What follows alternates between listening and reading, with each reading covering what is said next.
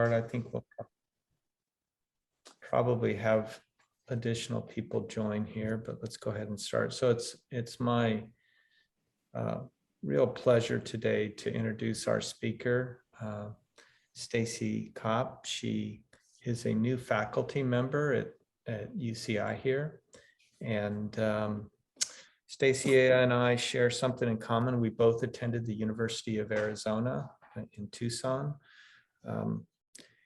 Stacy actually studied physics and mathematics, graduated summa cum laude there in 2011, and then came to California, where she studied physics and got both her master's and doctoral degree in physics in 2016.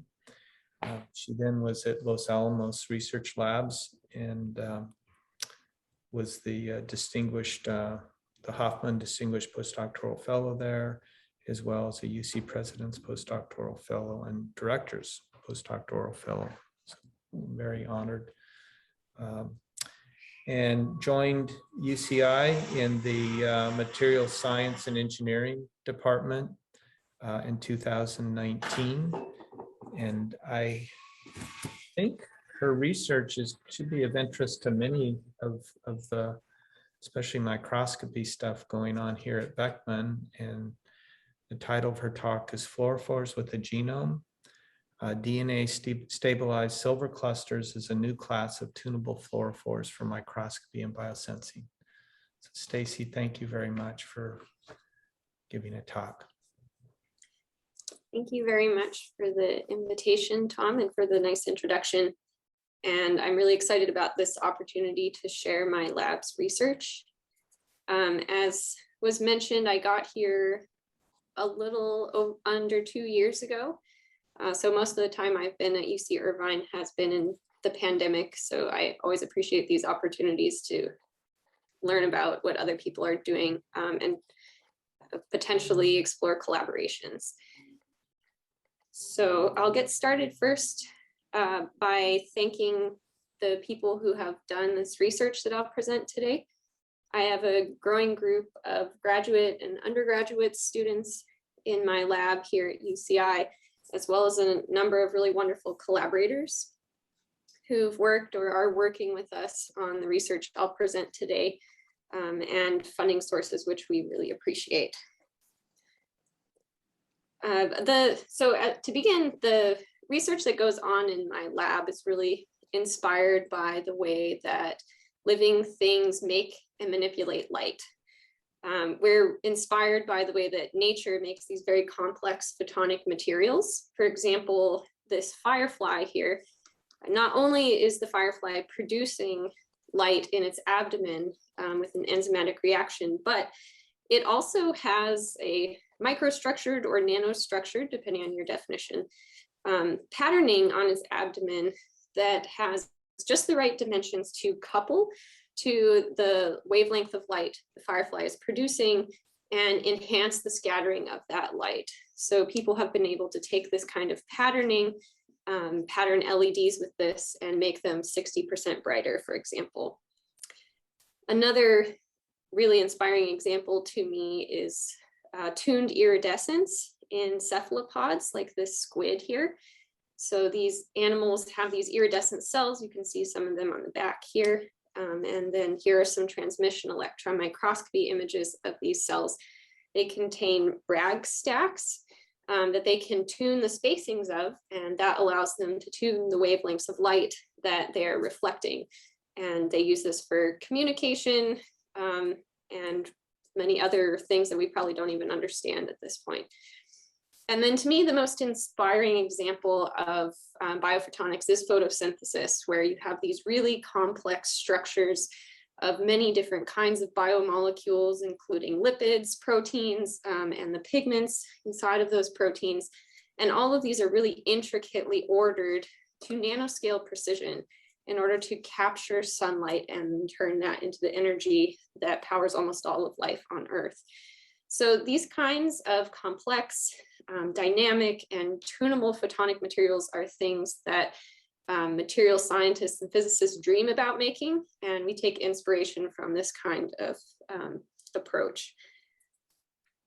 So my lab is broadly focused on achieving programmable assembly of photonic materials by using macromolecules which encode information.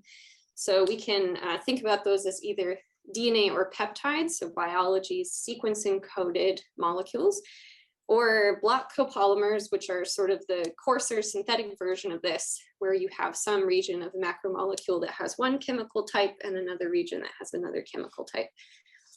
And we are using these types of macromolecules to create tiny fluorophores, luminescent silver clusters of just a few atoms. We're also now exploring how DNA and peptides can be used to create nanomaterials which can conduct electricity. And we're also interested in how block copolymers can be used to organize nanoparticles and create biomimetic membranes. And today, what I'll talk to you about is the work that we're doing on few atom silver clusters. And specifically for this work, many of the first principles techniques that we like to use in material science are not fully developed. And so we rely a lot on data mining and machine learning to help us address the complexity of these materials. So I want to motivate why we're interested in developing new fluorophores. All of you know that fluorescence is an incredibly indispensable tool for the life sciences. And we can use the fact that molecules or nanoparticles, when they're in their excited state, have this inherent separation between the absorption wavelength of light and the fluorescence wavelength of light. And this can be used to probe the positions of things which are labeled by these fluorophores, because we can remove all of the excitation light using standard filters and only collect light emitted by the fluorophores of interest. And this allows us to, in a crude sense, map targets with on the order of 100 nanometer spatial precision, or much less if you're using these exciting super resolution methods. We can also use many different kinds of fluorophores. We can think of these as different colors of labels. And this multiplexing is also important for understanding the complexity of tissues. So here's an example from the Kessenbrock lab here at UCI of a mouse mammary gland. And you can see that there's been 3 different types of fluorophores used to stain these tissues and resolve the different parts of this on the micron scale. Now, why do we need new fluorophores? There are many out there. If you attend any biosciences talk, people just say all of these fluorophore names offhand, and it can be kind of confusing as a non-life sciences person. So I'm aware that there are many different kinds of fluorophores with crazy names like SNARF1. This is probably my favorite. These are all of the commonly used organic molecule fluorophores. And there are challenges in using fluorophores beyond about 800 nanometers. So this Howard Hughes Medical Institute figure goes up to about 800, and that's because beyond about 800, we largely lack organic molecules that are sufficiently bright to be used in many different kinds of applications. So one of the challenges is to create small, bright, fluorescent labels that are beyond the near-infrared window. And that is because tissues are much more transparent in the near-infrared. Biological tissues absorb light, they scatter light, and they autofluoresce much less at near-infrared wavelengths. And this can allow the opportunity to look much deeper inside of a sample without having to cut that sample into thin sheets. But we largely lack really good options for fluorophores in this region. So some current contenders outside of endogenous fluorophores, which emit in the near infrared in our bodies already, are organic dye molecules like the ones I showed you a few slides ago. These have small sizes, and it's easy to chemically functionalize biomolecules with these. But once we move into the near infrared, and especially the second near infrared window of about 1,000 nanometers, the quantum yields of these dyes becomes very small, a few percent.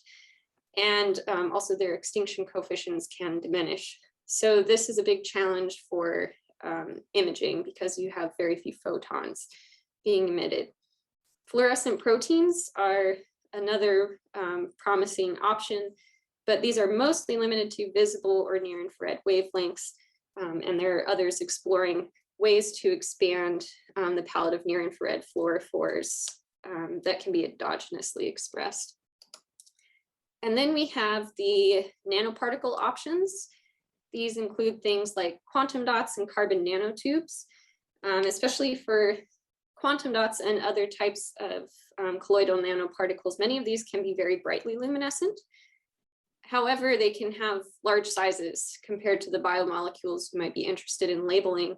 So if you're thinking about understanding the dynamics of this toddler and you attach a massive dog to the toddler, the dynamics of the toddler will probably change a lot when it's attached to the giant dog. And the same thing is true for using large nanoparticle labels. Plus, many of these can be highly toxic, which can be challenging for applications. So we're interested in developing small, bright, biocompatible, and tunable fluorophores that can be used for deep tissue imaging applications. And the materials that I'm excited about for potentially solving this problem are called DNA stabilized silver clusters. We think of these as being fluorescent entities with a genome. And that's because the sequence of the DNA strands that we use to create these clusters tunes their wavelength very strongly from the entire visible region into the near infrared. So for the rest of the talk today, I'll introduce you to these DNA stabilized silver clusters. I'll call them AgDNAs for short, and talk about some of the potential and challenges that these materials face. Then I'll specifically talk about how we are engineering these clusters using high throughput experiments together with machine learning models. And I'll introduce you to some of the new candidates that we have so far as near infrared biolabels, as well as our ongoing work. Okay, so this research falls broadly within the scope of DNA nanotechnology, and DNA nanotechnology harnesses DNA as a nanoscale building block that has sequence programmable interactions. So as a physicist and engineer, when I look at DNA, I not only see the molecule which encodes our genome, but also an exquisite nanoscale material with highly controlled interactions. So this molecule, you all know, forms these duplex structures, which have a very precise helical turn. They have a very precise diameter. The strands pair in a very precise sequence determined way with a given orientation. And this really deep understanding of how DNA interacts with itself and its environment forms the foundation of DNA nanotechnology. So we can use many different schemes now, including DNA origami, DNA bricks, and others to create nanoscale structures, which will self-assemble, so spontaneously form, given the right salt conditions and perhaps thermal annealing. And this structural DNA nanotechnology has been used to create all kinds of bizarre nanoscale shapes, from the DNA emoji over here on the left to the entire alphabet in DNA bricks. And these weird nanoscale shapes are also finding interesting applications. For example, patterning nanophotonic materials that have, say, a defined chiral response, or creating little tiny nano machines, which can sense nanoscale, or excuse me, I should say piconewton forces, or potentially eject materials like drugs. And DNA can also be used to tune colloidal interactions as well. Now, apart from canonical DNA base pairing, there's also the possibility of harnessing the fact that DNA interacts with many types of metals. And this has been known for a long time, since at least the 50s, that certain metal ions can intercalate into certain base-base mismatches or other places on a DNA strand. And researchers have studied how to predictably insert metal ions, perhaps for sensing purposes or to enhance some kinds of electronic properties of DNA. And this has largely been done by engineering very complicated synthetic nucleobases that like to coordinate metals. Recently, in the last 5 or so years, there's been much work on how natural DNA can coordinate metals. For example, these silver DNA wires, where the entire strand of DNA is zipped up not by Watson-Crick base pairs, but by interactions with silver cations. And this provides us the opportunity to think about DNA as a ligand, so a template for growing the tiniest of nanoparticles. And these tiniest of nanoparticles are what we call metal clusters. So metal clusters are strictly defined as a particle of metal, which has countably few atoms. So between 2 atoms bonded together up to however many you can count, which is usually about 1,000 by most experimental means. And we can actually use DNA to stabilize silver clusters, AgDNAs, by using single-stranded DNA, mixing that with a silver salt like silver nitrate. And then after a short time, we reduce this solution, which is an aqueous solution, with sodium borohydrate at low concentrations. And it was found that if you choose the right DNA sequence that goes inside of your test tube, you can get a fluorescent colored solution a few hours or days later. And this fluorescent solution is actually caused by the formation of tiny clusters of about 10 to 30 silver atoms that are wrapped up in usually 1 or 2 DNA oligomers, short single-stranded pieces of DNA. And this has been learned mainly by very careful studies using high-resolution mass spectrometry of precisely purified samples, because this type of chemical synthesis process will always create a broad distribution of products. And very recently, the first crystal structures of some purified silver clusters have emerged. So I'll talk about this a little bit later, but we now finally have an actual atomic structure to see how the DNA is binding to the silver cluster for the first time. So metal clusters are exciting because they provide us this window in between what we think of as molecules and what we think of as nanoparticles. And within this window, we can get really interesting electrical, optical, and other types of behavior. There's still a lot that is fundamentally unknown about metal clusters. So there's a lot of fundamental questions in chemistry and physics to ask here. We know that when we make things very tiny, so going into this cluster regime, we can get properties including luminescence. We can also observe that the optical properties and other properties are really finely tuned by the size of the cluster. So here you can see these dramatic shifts in the wavelength, the absorbance wavelength of these gold clusters just by adding a single gold atom. And combined with the fact that clusters have this property called magic numbers, where certain sizes of silver clusters are, they possess enhanced stability because they possess electronically filled shells. This provides really the ultimate control over the size of a nanoparticle. We can tune down to atomic precision the size and shape of metal clusters, and that allows us to have really precise control over things like optical and electronic properties. So AgDNAs are within this unique class of metal clusters. They also have a unique property in that their size and shape are tuned by the DNA sequence. So we think of them as having a genome in a sense. DNA sequence is encoding the size and fluorescence color of these silver clusters. And simply by tuning DNA sequence, we can get a huge range of different silver clusters with different optical properties. So here are an example of several hundred different silver clusters. The colored dots are cases where the silver cluster has been purified and sized to atomic. And also the line widths of these silver clusters are relatively narrow, which makes them attractive for use as fluorophores.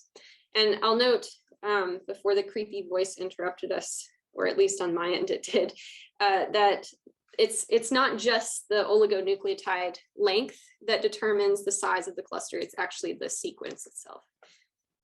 And then finally, these clusters can have high molar extinction coefficients, which are comparable to or rival different types of organic dyes.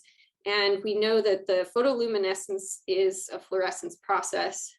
These have high quantum yields, up to 93% has been measured so far, and 1 to several nanosecond fluorescence lifetimes. So they're attractive as fluorophores for various applications.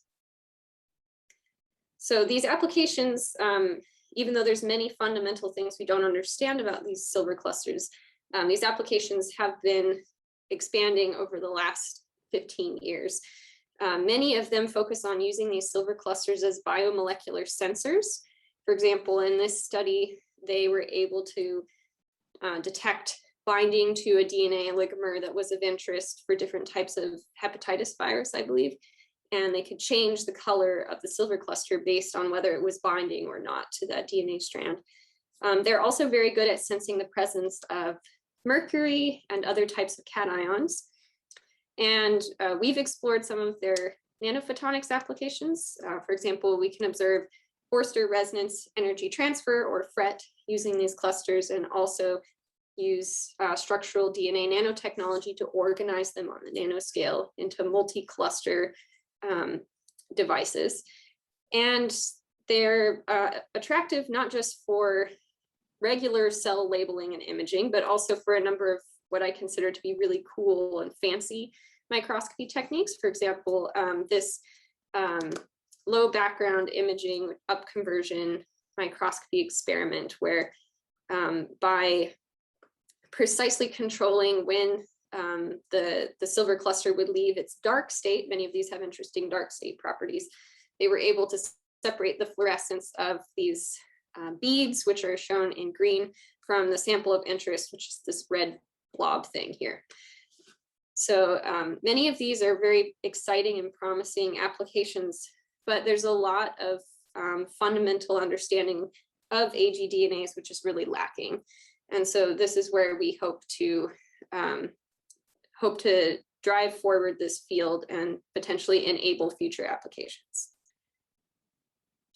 And hopefully, if I were giving this talk in person, someone would have already raised their hand and asked me this question by now. But people are shy on Zoom. So you are probably wondering why we use silver.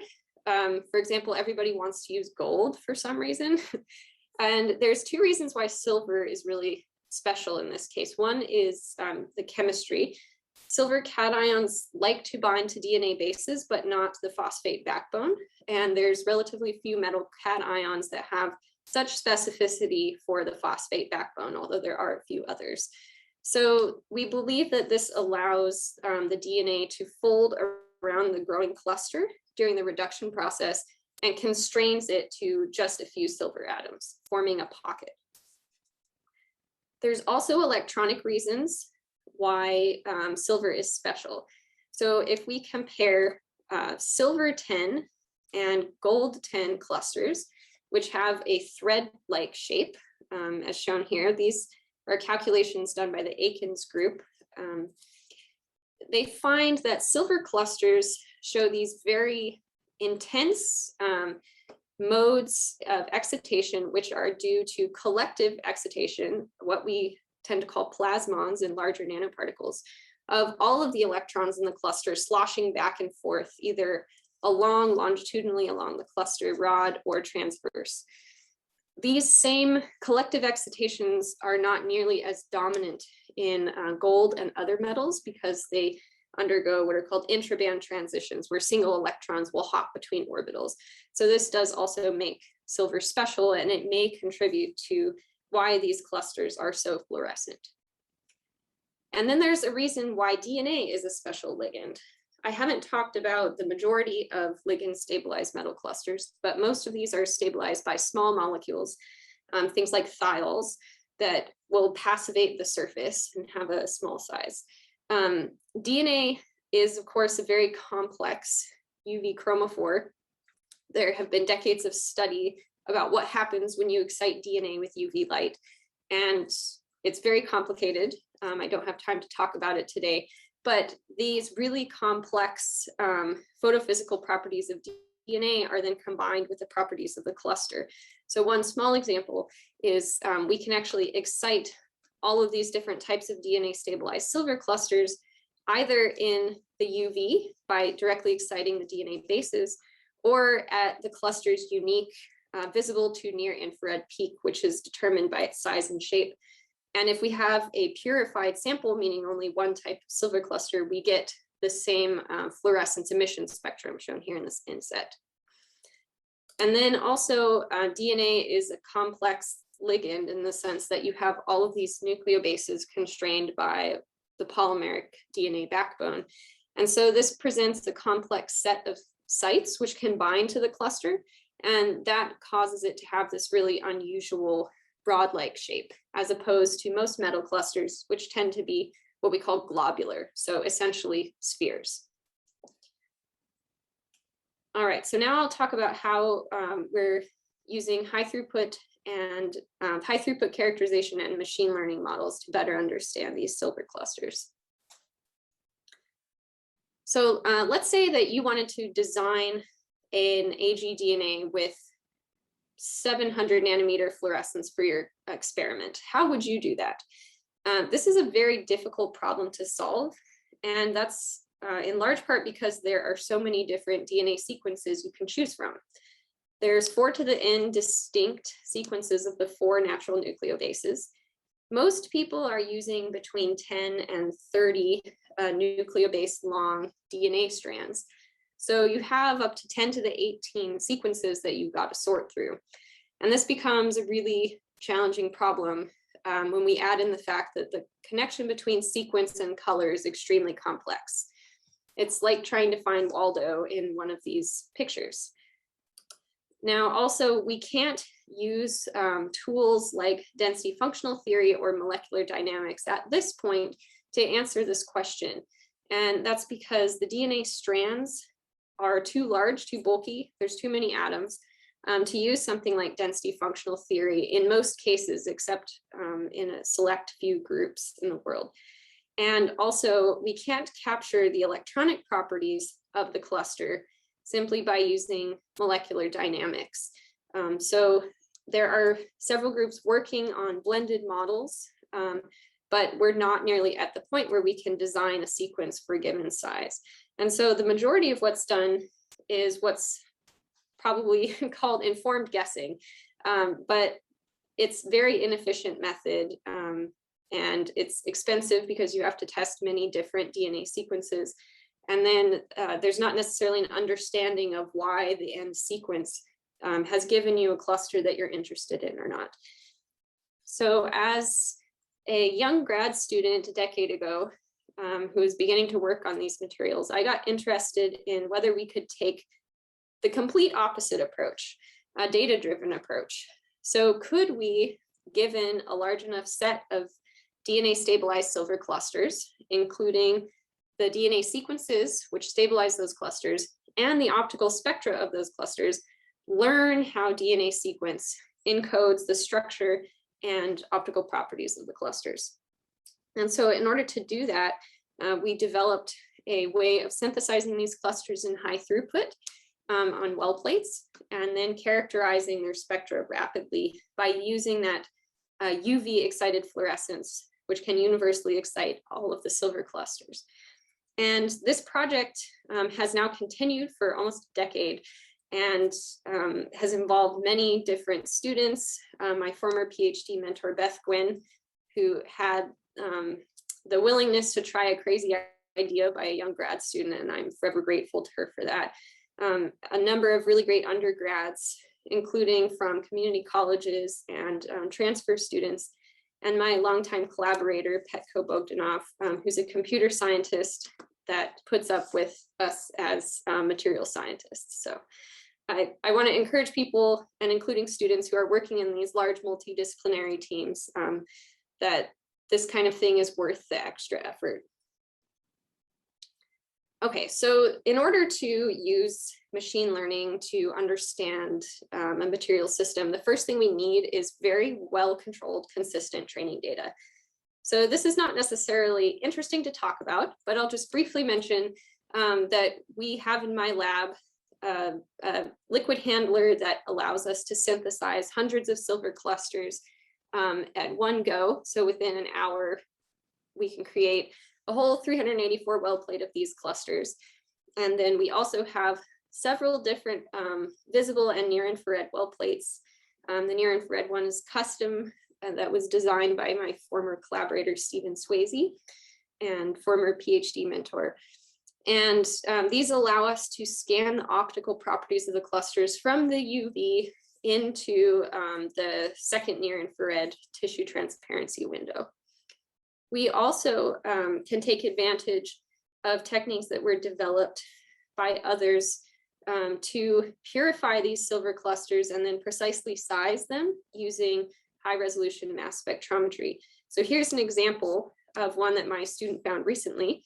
This is an unusually nice cluster to purify. So I'm not showing you a good example, but here you can see that we can take the overlap of the DNA chromatogram with the fluorescence wavelength we're interested in, isolate that product, and then size it and determine even the charge of the cluster using high resolution mass spec.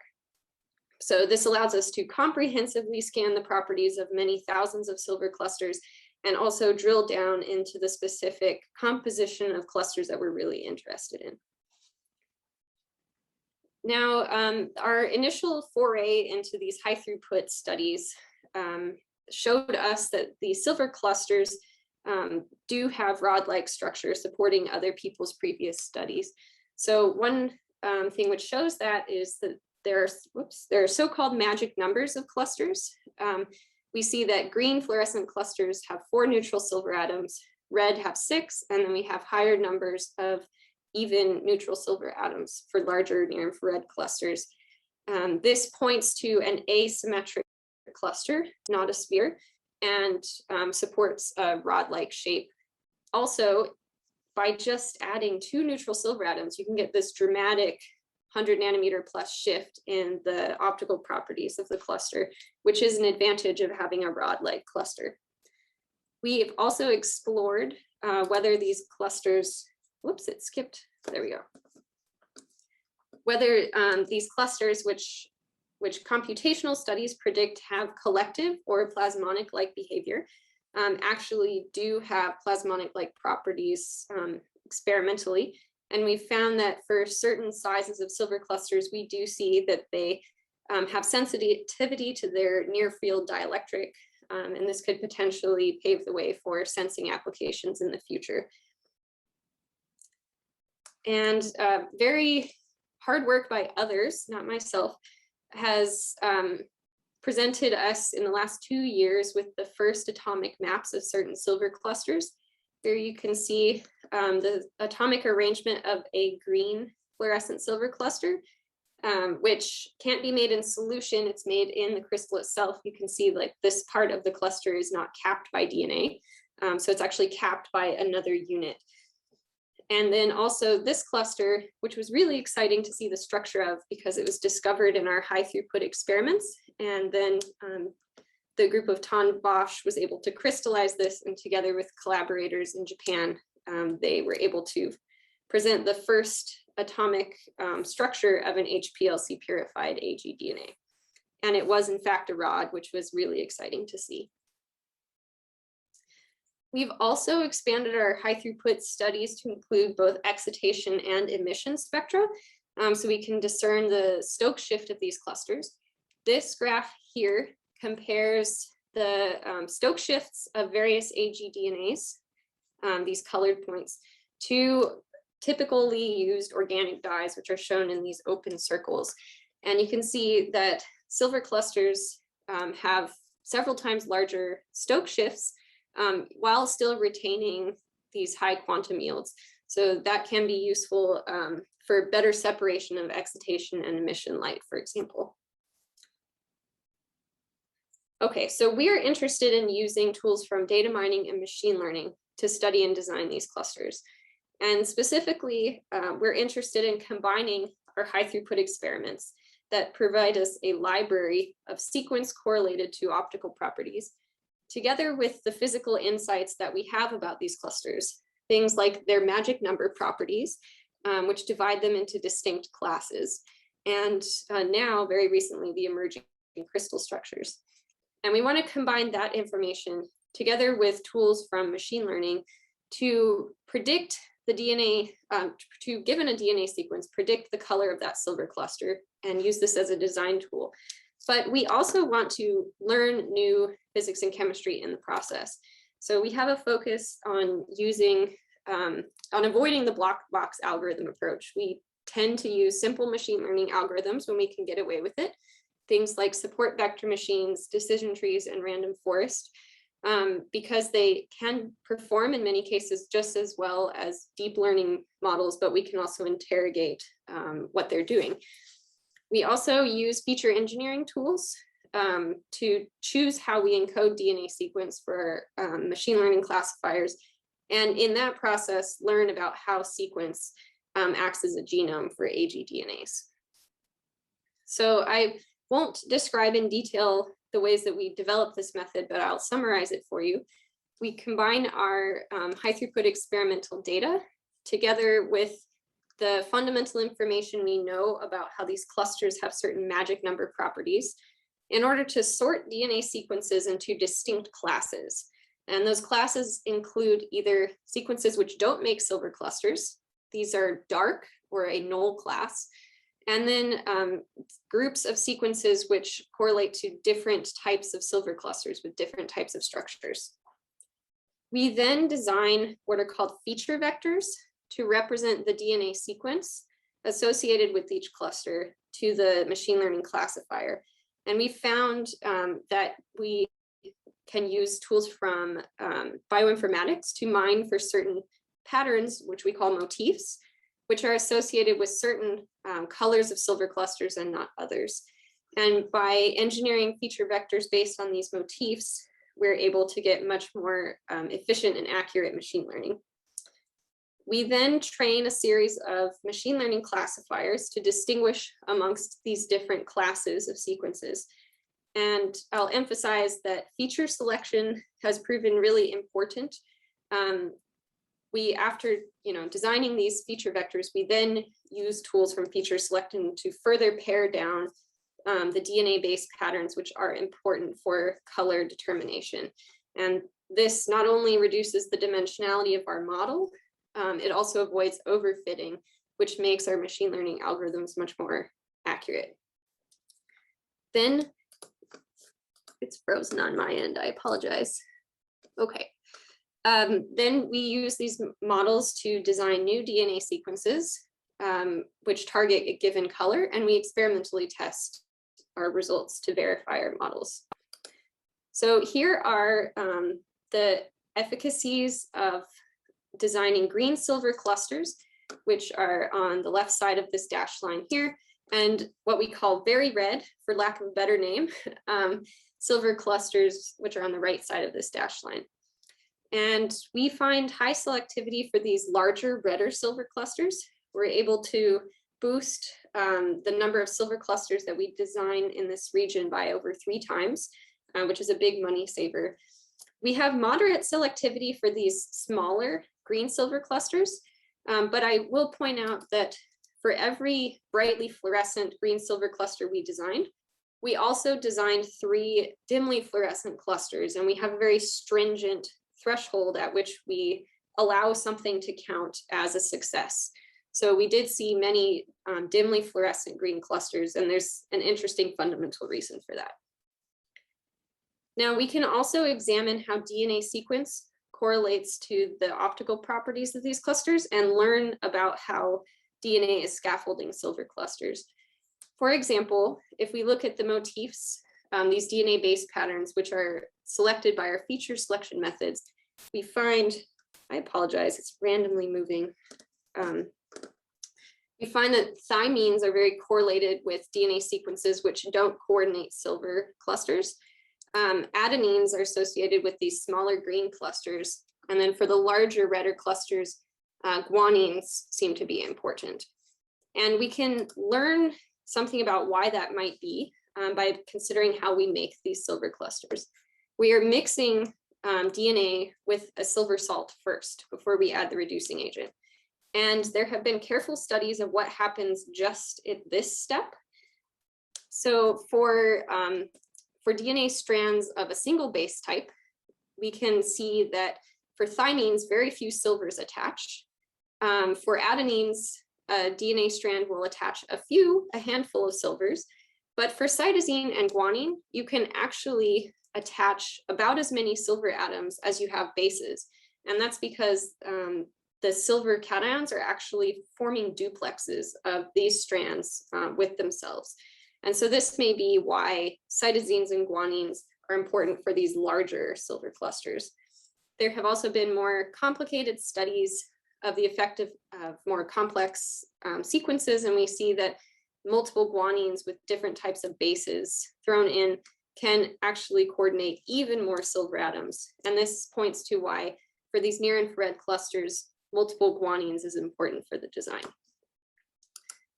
We've also expanded our methods beyond just 10 base strands. So everything I've showed you before has focused on this smaller set of about 1 million possible 10 base DNA strands. But the methods that we have are also effective for designing up to at least 16 base DNA strands. In this case, we are targeting this window here where this orange bracket is, and our training data is shown in black. So we're able to focus the color distribution of our clusters pretty tightly within the target window. At the current moment, my PhD student Peter has been working hard on new ways to engineer the features that we use for machine learning, inspired by these new crystal structures.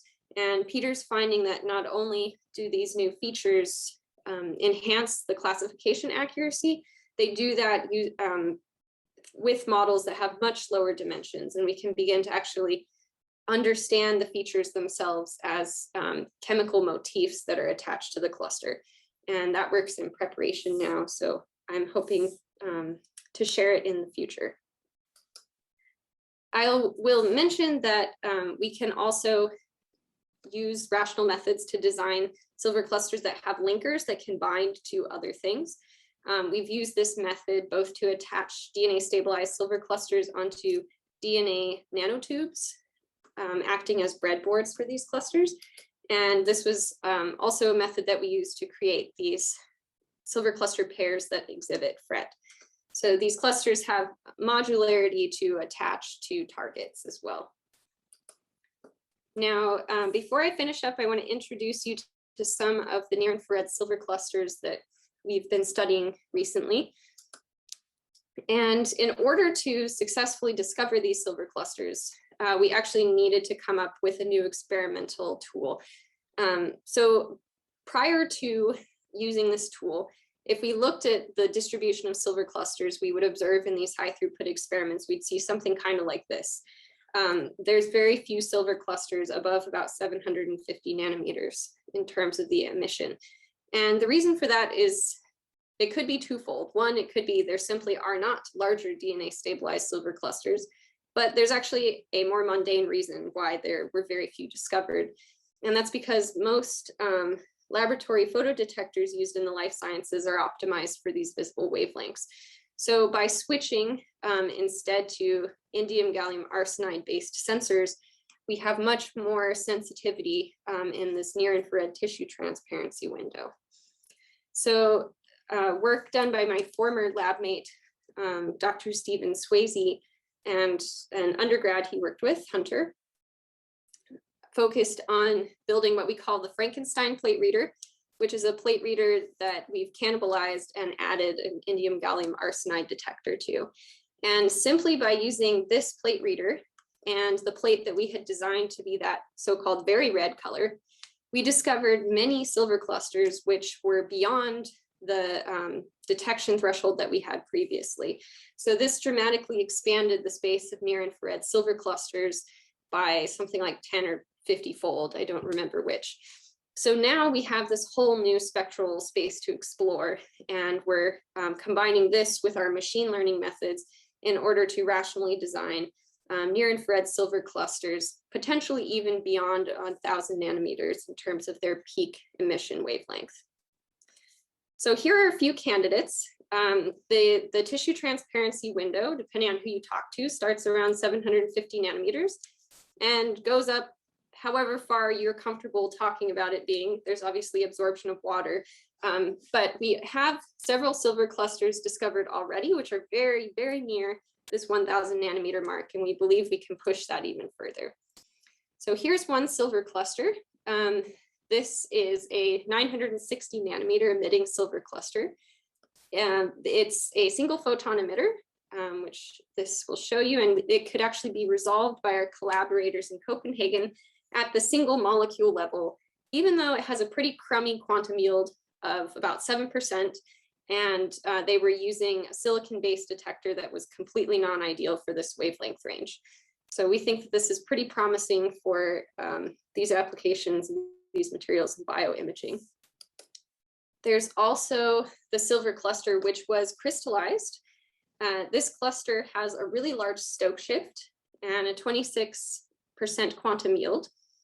And you can see here its full excitation emission map.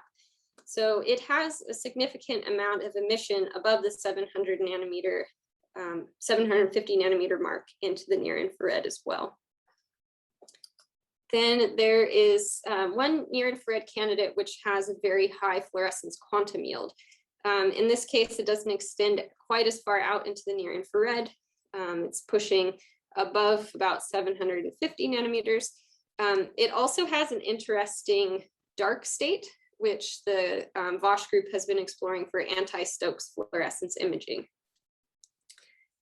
And then we have some unpublished candidates. This is an interesting one that my student Anna discovered, which both emits blue light, or it can be excited by blue light, and it can also be excited at about 650 nanometers, giving us essentially the same emission peak.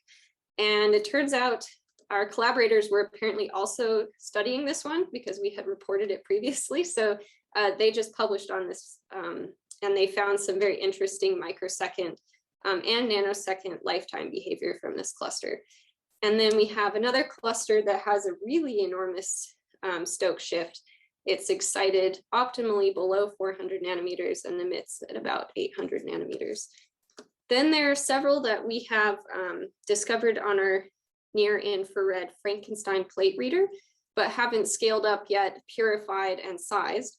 And so our plate reader is, it is filter based. And this is why I'm just showing you histograms for every 50 nanometer bandpass filter. But we have several promising clusters that we're going to explore, which are these products here. Some of these coexist with a red or near infrared product at lower wavelengths. And these are just a sample of the many clusters that Anna now has on her plate to study further. So there are a lot of challenges which we are addressing, but also opportunities. I haven't talked at all about the photostability and chemical stability of these clusters. And that is a current challenge for using these for bioimaging applications. We do now have this high throughput means whereby we can explore both photostability and chemical stability and potentially harness these machine learning methods to design for these properties as well. And so we're in the process of building the experimental throughput to assess this. We also need more work done on the biocompatibility of these clusters. There are other groups that have published either that they are very non-toxic or that they are toxic depending on the sequence. And so this is still an open question. We also need to do more work on functionalizing these, so attaching them to things which might be of interest. There has been work done on sensing, for example, microRNAs or other types of RNA molecules with these clusters. And we also are interested in hybrid AgDNAs, which are attached to an analyte of interest. Then we have the possibility of using the various types of artificial nucleobases, or excuse me, artificial nucleic acids in terms of the different types of backbones of the DNA in order to address potential nuclease degradation. And there's a bunch of unanswered fundamental questions on the metal cluster side, which excite me, but I won't bother you with those today. So that brings me to the end of my talk. I've introduced you to these DNA stabilized silver clusters. Hopefully I've convinced you that these are very unique and exciting fluorescent materials. I also want to emphasize that the methods we've designed for high throughput characterization and machine learning don't have to specifically be for DNA-based silver clusters. They could be for any type of sequence encoded material. And then I've introduced you to a few of the candidates we have right now and the potential in the future. So with that, I want to thank you for your attention, especially on Zoom, and I'm very interested in hearing your questions and thoughts. Thank you, Stacy. That was great. I'd like to open it up for questions. Looks like Feng Wang, you have a question. Yes, very nice talk, Stacy. Very cool project stuff. I actually have two questions. One is probably I missed it, is what's the intensity of those clusters? Because I saw you send application to the microRNA proteins. Does that mean a single cluster attached to it will be visible in the scope, or there's a ways to attach serials of them without quantification? I'm having trouble understanding you, actually. I don't know if it's just me. Yeah, and maybe speak into the microphone. It's a little bit low. Oh, sorry, my stuff is detached, actually, my fault. Okay, is it better? Not really, but if you talk very close to it, I think I could probably hear you. You were asking something about the intensity of the emission. Yeah, so yeah, I have actually two Now we're good. questions. Yeah, one is about intensity. Is you said the application is one cluster attached to microRNA or proteins. So I'm wondering if a single cluster is a signal is strong enough under microscope, or you can actually attach serials of them, and whether there's a distance matter and there's quantum quenching effects. And my second question is actually, again, since you're applying, you mentioned like a near infrared because the tissue is less background, etc. But in cells and tissue, are these clusters will be non-specifically binding to any places, even it's a fixed sample. Yeah, thank you. Okay, yeah. So in this study specifically, they were detecting single clusters. They call them single molecules. And using an EMCCD camera, they were able to pretty straightforwardly detect the presence of these clusters, which have pretty low quantum yield. I think it was 7% for this cluster. And their detector was really not optimized for this wavelength range. There have been others who have detected these at the single molecule level. I've done optical microscopy of green and red emitting DNA stabilized silver clusters and seen the blinking on and off, so binary, which signals that it's most likely a single emitter. So I believe that many of them are actually fluorescent enough to be detected at the single particle level. Then the second question you asked was, can you remind me? Yeah, non-specific binding to like a tissue. Yeah, I think that that is something that's definitely not been very well explored. I've seen people at conferences show me data that they end up never publishing, I guess, about how they stain cells and then they find that these silver clusters are ending up in interesting parts of the cell. But I don't know if they are not able to repeat that or why it's never shown up in the published literature. But that's definitely something of interest that needs to be explored much more. Got it. Thank you. Thanks a lot. Thanks, Banwan. Bernard? Yeah, well, Stacy, first of all, thank you for the talk. I learned, I learned a decent amount about something that I didn't know that much about. So, so thank you for that. Yeah, I have a couple questions. They're related to, I guess, both sides of the coin of the this whole theranostic concept and your probes. So the first one, and this is one Tom and I we were chatting back and forth, and we had the same question, was on the therapeutic side of things. Could these particles be used as basically as therapeutic targets, for photothermal therapy? And is that something that you're considering looking into? And then the second thing is on the more on the diagnostic side of things, which is kind of looking more in the future, is if these particles are, let's say they are indeed biocompatible, and maybe there's, and the non-specific binding aspect of it is maybe not so strong, is what application space interests you in terms of maybe as a first thing to target? I can see like deep brain being a really cool one. Yeah, thanks for those questions. So your first question, I was thinking about the second question. I lost track of the first. Let me answer the second one because I remember it. So I am really interested in this brain imaging. I understand that I'm not a biologist, so I know that there's this, blood-brain barrier, and it's hard to put stuff in the brain, and so that I don't know how to solve. Like, I don't know how to put these in a brain, but I think if one could solve that, I would be really interested in contributing to that. I'm also excited that we have some funding from the NSF to work with Marcus Selden, who is interested in understanding where different types of endocrine hormones end up in the body. And I think that any type of application where you have something which can be like vastly distributed through the body, in this case, it's a mouse. And previously the only way to find it was to cut up the mouse and do whatever you guys do to figure out where stuff is. If there's a way to now look and see, then I think that's really cool. I do also have previous training in single molecule biophysics labs, so I'm really interested in things like how DNA turns into proteins and that kind of thing. I have no idea if these would be of use to that question or not, but I'm pretty open to different kinds of important biological questions. Now, I think this first question was about the therapeutic aspect. Is that right? Yeah, sorry for the two-part question. Yeah, it was more on looking at it as like for like gold nanoparticles, for instance. You brought up those at the beginning. Those have been targets for photothermal therapy. So if you can localize your particles, could you then just ramp up the energy, the laser energy, and start treating?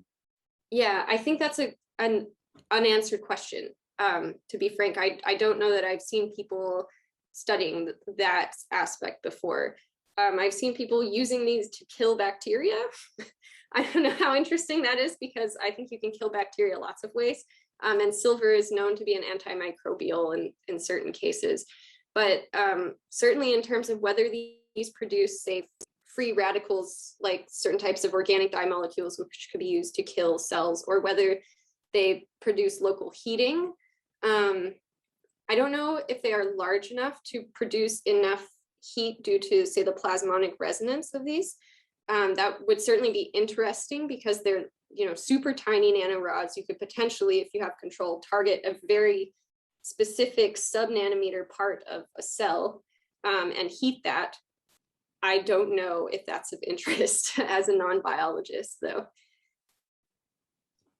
Yeah, I think it definitely could be. But because it's, one of the cool things within the institute is people are working at all scales, going from single cell or subcellular all the way up to, to people. And so I think there's a lot of really cool studies that can be done here, I think, with the particles that you're developing. So It's really neat. Thank you.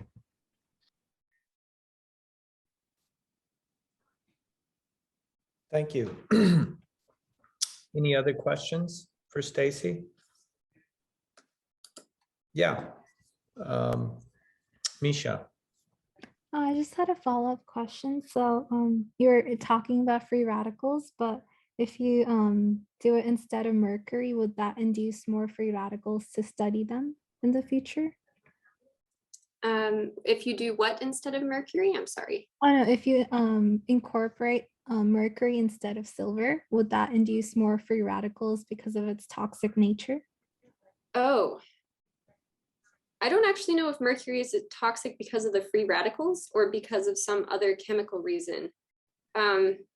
So mercury cations, people have studied the effect of mercury cations on these silver clusters. I have actually stayed far away from that with a 10-foot pole because mercury kind of scares me. But mercury ions are another strong binder to the nucleobases, but not necessarily the backbone of DNA based on past literature. So that's likely why these clusters are so good at sensing the presence of mercury. I would bet a lot of money it would get a lot more toxic if you incorporated mercury in there, but I don't actually know if it would be because of the free radicals or if it would be another reason. Okay, thank you. Thanks for that question. Other questions? Can you hear me? My computer is kind of acting up. Yeah, we can hear you. Yeah, very nice talk. I learned a lot from this talk too. So my question is kind of a little bit different. What do you think about the commercialization future of this kind of particle? Seems very novel. Oh man. I know a few people have patents on these, including some people from Los Alamos where I was a postdoc, but I didn't work with that group on these silver clusters. So I don't know. I would want to assess, I tend to be very conservative with my scientific statements. So some people I think are a lot more just ready to go with this. I think that if we have a way to ensure that these clusters are resistant to degradation in the biological environment and can be produced, not mass produced, but like produced at reasonable scales, then it is possible that they could be commercialized as biolabels that you would sell. And then with the aspect of functionalization as well. And that is something that we're interested in.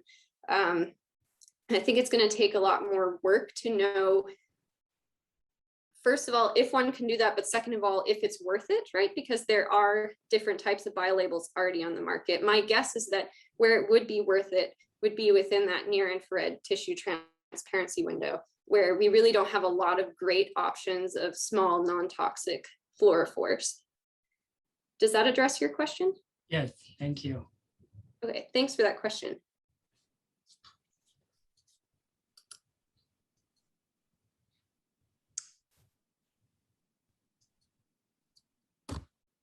Thank you. Additional questions from anyone? I have a question, Stacy. So it's kind of two-part. One, are there controlled environments where you could make these particles very stable or much more stable, say? And if the answer to that is yes, I guess I should let you answer it first. Okay, yeah, thank you. So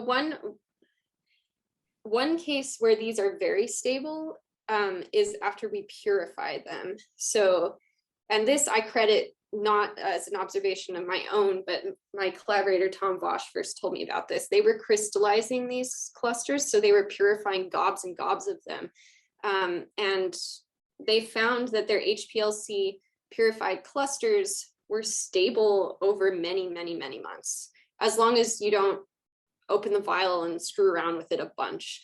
But we have since he said that noticed the same thing, that when we purify these silver clusters, they tend, and what that means is you have essentially one type of product in solution.